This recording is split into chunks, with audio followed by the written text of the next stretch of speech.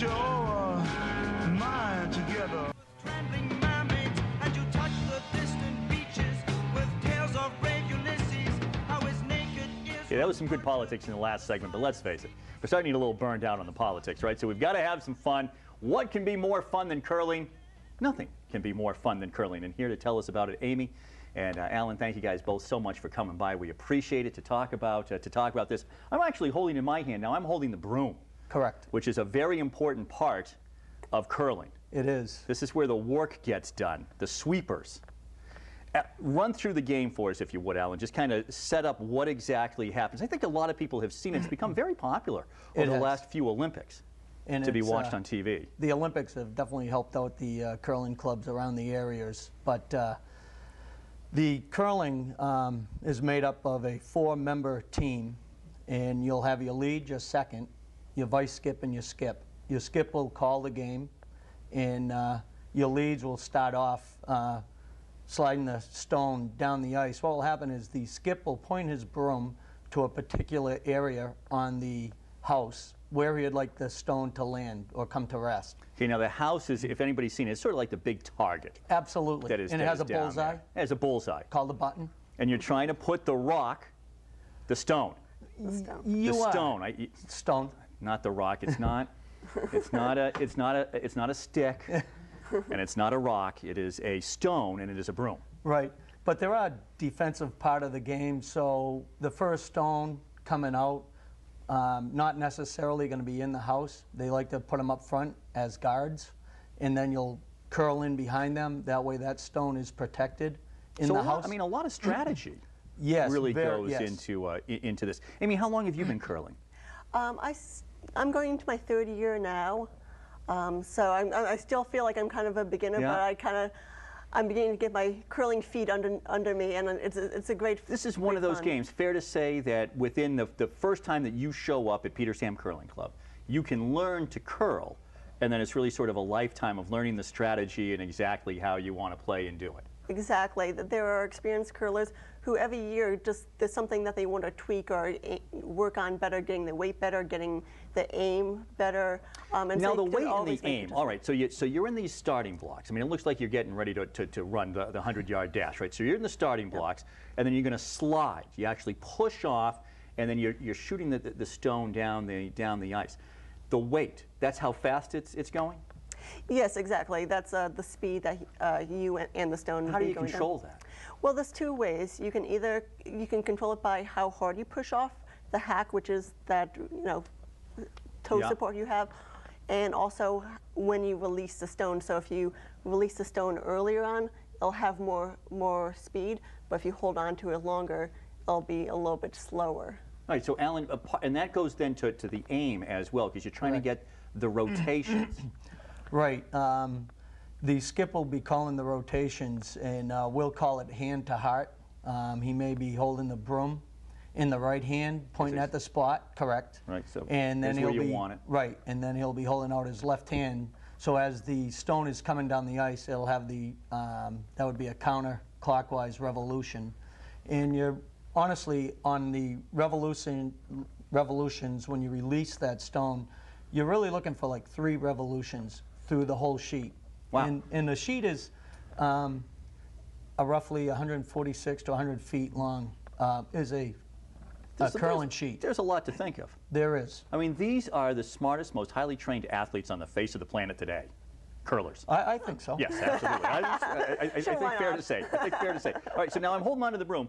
Now, as I'm looking at this, what am I can't use this in my home. Right. I mean, this is. I mean, what is special about the carbon fiber broom? Amy, go ahead. Well, first of all, it's fairly lightweight. Originally, with curling, it was actually done with like straw brooms. Like these guys in the picture here. I mean, correct. They're Exactly. Brooms. Yep. Yeah, they were just out on the ice. Yes. And then they switch over to bristle broom, and then as curling has gotten more popular, they've made changes to how the ice is created and to the materials that are used to curl with. Another thing about the broom is the head that's on the top of it. Basically what it does, it produces friction to kind of melt that top layer of ice. So when you're sweeping the stone, what the sweeping does, it reduces friction so the stone goes forward further, and also prevents, we haven't talked about the curling, but the curling is a curve that the stone makes as it begins to slow down, so it kind of keeps that going. So we're back to the speed again as well. So you throw the stone and you don't have the proper weight on it, then you're going to scream at these other guys to sweep. True. Possibly, unless you throw too fast. And then they're going to sweep, which is going to cause this friction, which will make it pick up some speed, but will also make it curl? It'll delay the curl, so it goes straight for a little bit longer. So depending on what type of shot you're throwing, you may anticipate more curl, like if you're doing a takeout, which is when you're hitting another stone to get it off, like an opponent's stone to get it off the ice, you would be calling less ice because you're throwing it with more speed, so it's not going to curl as much. But if you're trying to draw behind another stone, you're probably going to be giving yourself maybe 4 feet, you know, or the skip will. So you're aiming over here, but you wanted to end up over there. So it's just one of the things, as you curl for longer, you begin to develop an eye of what the ice is doing that night and where you need to actually be aiming for it to end up where you want it to be. Some of this, to be honest with you, seems pretty zen to me. That I mean, you don't want to have a million things going through your head. I mean, some of this is just feel and instinct. True. You know, True. About it. Tell me about this on here as well. We've got All right, we have like a stopwatch. We do have a stopwatch. Basically, again, it comes down to weight and releasing the stone. What I'll do is I'll stand beside, whether it's the lead coming out of the hack, and when they first start off and they cross the back line, from that line to the hog line, which they have to release. There's a hog line on each side of the ice. They have to release that stone before the hog line. So what I'll do is I'll time it. And if I get a 3.5, to me, I know that's going to be T-line. So depending on what that skip calls, I'll know whether I need to sweep or if I need to stay off of it. Very, very high tech. All right, we're going to come back. We're going to talk a little bit more about curling. We'll tell you how you can come on out and join in the fun at the Petersham Curling Club. Full disclosure, as my wife and I have, and I'm actually in Alan's team in the mixed league. Although, with my clearly shocking lack of knowledge about anything to do with the game, he may be rethinking that. But more to come on curling straight ahead on the Hank Stoltz Experience.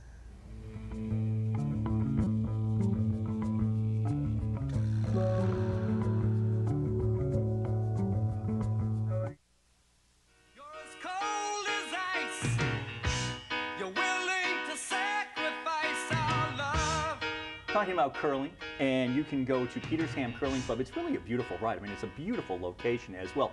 How long, Alan, has the club been around? Since 1960. Isn't that something? So it's not one of the first in America, but it's been around a mighty long time. Yes. And there's a little bit of a story, if I remember correctly. Some Canadian owners of a company in the Petersham area actually started the curling club. Is that? They did. Did you get? Yeah. That's There's what I heard, a sister club it's called the Border Club, and they're the ones, they were going to bring a company this way, and they said the only way they would do it is if there was a curling club. Because, of course, I mean, on Canadian TV, there's the curling channels and the curling matches. Absolutely. It's huge. It's huge. You know, the Patriots were just over in London. Yes. And they had this stat that talked about how popular football was over there, and it's not even the top 5. It's tied with darts on TV for how much they watch it. And curling probably beats American football. I don't know up there. I'm not sure about that. But anyway, we got the shoes. So now I think this is our last piece of equipment, and then we'll tell people how they can kind of go out to Petersham and join and have some fun. The shoes are very important. It's not just an ordinary pair of sneakers because you have to slide on the ice. Correct. There's maybe a little bit. In that particular shoe there, the left shoe has a gripper on it if you peel it off, Hank. And underneath there's Teflon. That one in particular is 1/4 inch. The thicker, 1/4 inch is the max, and the thicker the Teflon, the further you will slide out of the hack. And the importance of sliding out of the hack. I mean, so it's not maybe so much about the arm action when you're throwing it to get the weight. It's really all in the legs? It is. It is. When you're in the hack in the position of releasing the stone, you actually want your arm as straight as possible and in front of your body.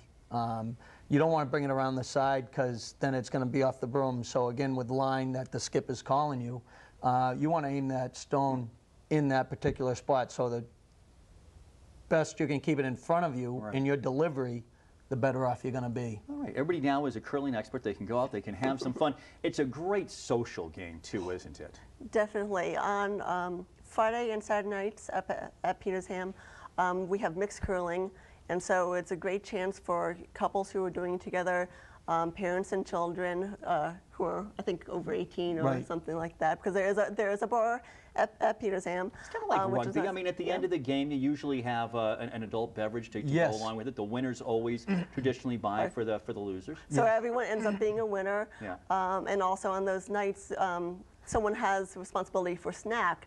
So basically bringing different food. And then after the game, you hang out and eat together, and you can watch another game. It's almost like a potluck Yeah. dinner. Yeah, Absolutely, it is. So it really is. I mean, it's a great social time. It really is a great club, and it's very interesting to me that this whole curling club experience happening out in this small town of Petersham. But so many people out there are members, and certainly many people from Worcester make the drive out there Right. to be members as well. If people want to join or they want to come out and just experience it, how do they do that? The best thing to do would be to go on our website, petershamcurling.org. Look at our calendars. We will have open houses, and we do have Learn to Curls. Learn to Curl costs about $20 and runs about 4 hours. We'd like to have 16 people up there, but we'll do it if there's 4 people that show up for that particular day, and it's usually held on Sundays.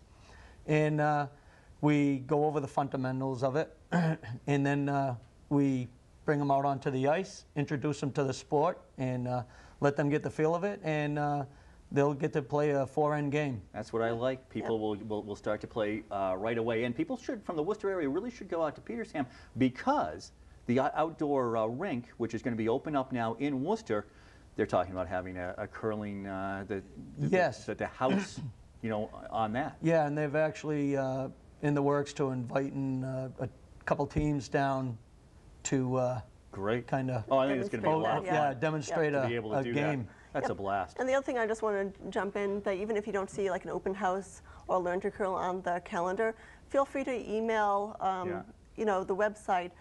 They have contact information there. Come on out and we'll have some fun. Yep, exactly. You bet. We have different times you can sit in mixed, or we Great. have under We're 5 right up curling against the Sunday. clock. I want to thank you both, Amy, Alan, for coming out and telling us about curling, and thank you as always for joining us right here on the Hank Stoltz